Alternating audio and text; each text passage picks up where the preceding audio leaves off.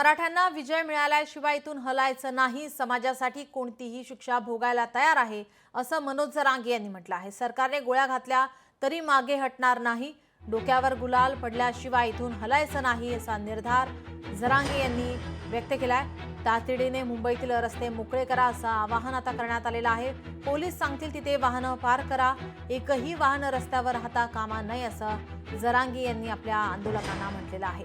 पोलिसांना सहकार्य करा, कुणालाही त्रास नको असं आवाहन त्यांच्याकडून करण्यात आलंय। आमरण उपोषण सकाळी 10 वाजल्यापासून सुरू झालेलं आहे।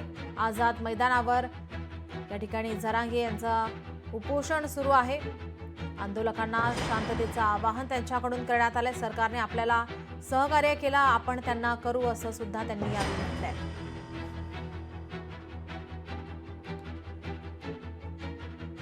मराठा आरक्षणाचं वादळ हे मुंबईमध्ये धडकलेलं आहे। जरांगे यांच्यासह हजारो मराठा बांधव या ठिकाणी मुंबईमध्ये आता दाखल झालेले आहेत। सीएसएमटी वरती मोठी गर्दी, याचा परिणाम रेल्वे आणि रस्ते वाहतुकीवर झालेला पाहायला मिळतोय। मोठी वाहतूक कोंडी झालेली आहे।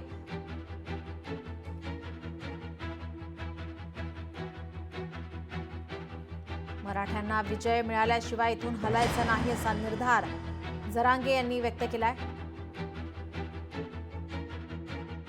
आपलं आमरण उपोषण 10 वाजल्यापासून सुरू झालं। सरकार आपलं ऐकत नव्हतं, आपल्याला सहकार्य करत नव्हतं,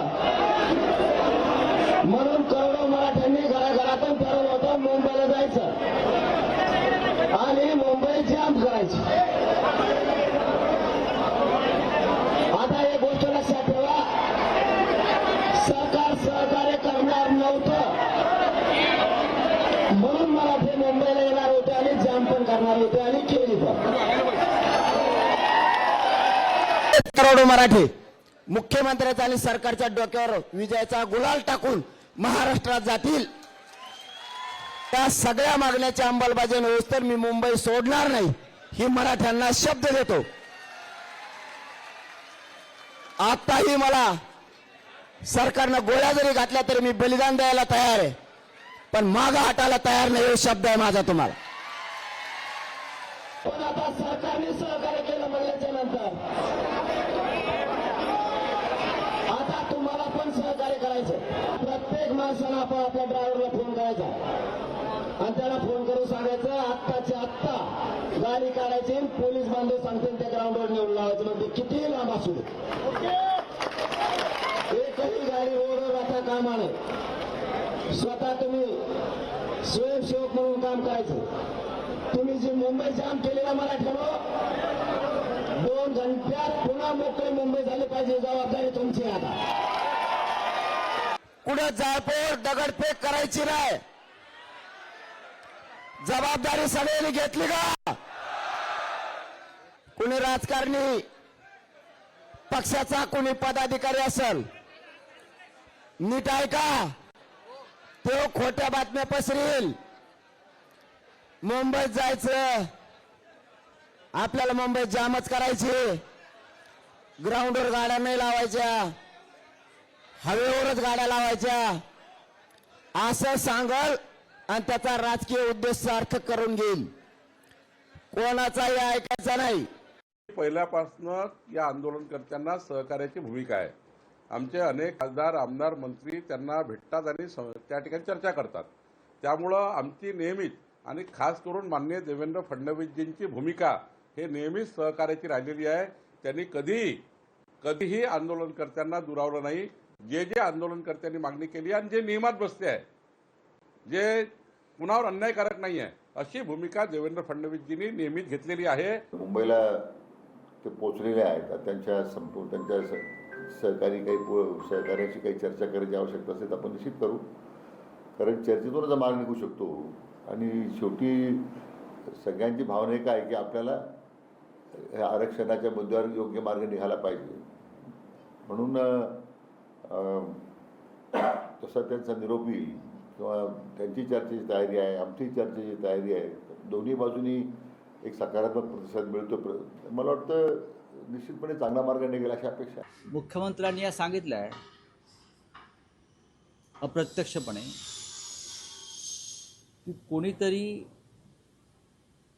जरांगे पाटलांच्या खांद्यावर बंदूक ठेवून राजकारण करत आहे.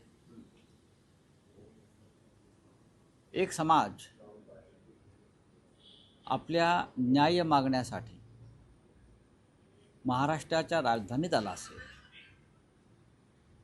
त्यात त्यांना राजकारण काय दिसतंय? यात राजकारण काय आहे?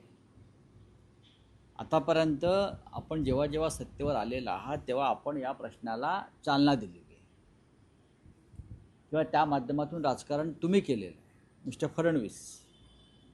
आणि तुम्हाला आता त्यांच्या खांद्यावर बंदूक ठेवून कोण राजकारण करत असेल, आपण राज्याचे मुख्यमंत्री आहात, जनतेला विश्वासात घेऊन सांगा की हे राजकारण करणारे कोण आहेत. ओबीसीतूनच मराठा समाजाला आरक्षण मिळावे ही मनोज जरांगे यांची मागणी आहे. आणि या मागणीवरती उद्धव ठाकरे, शरद पवार आणि काँग्रेस पक्ष गप्प बसलेत. या मूग घेऊन गप्प बसणाऱ्या तिन्ही पक्षांकडे स्पष्टता मनोज जरांगे मागणार का, ही खरा आजचा प्रश्न आहे. खरं म्हणजे मराठा समाजाच्या आरक्षणाचा श्री गणेशा देवेंद्र फडणवीस यांनी केला. वेगवेगळ्या मागण्या, मराठा समाज उत्कर्षासाठी निर्णय हे देवेंद्रजींनी घेतले. मात्र आजही त्यांच्यावर टीका जास्त होते. जे काही आम्हाला करता येईल ते समाजासाठी आम्ही केलं आहे, यापुढेही करू. परंतु एवढंच आहे की समाजामध्ये कुठेही तेढ निर्माण होणार नाही. ओबीसी समाजाचं कुठलंही आरक्षण कमी करून मराठा समाजाला मिळावं अशी मराठा समाजाची देखील भूमिका नाही आहे आणि ती नसावी.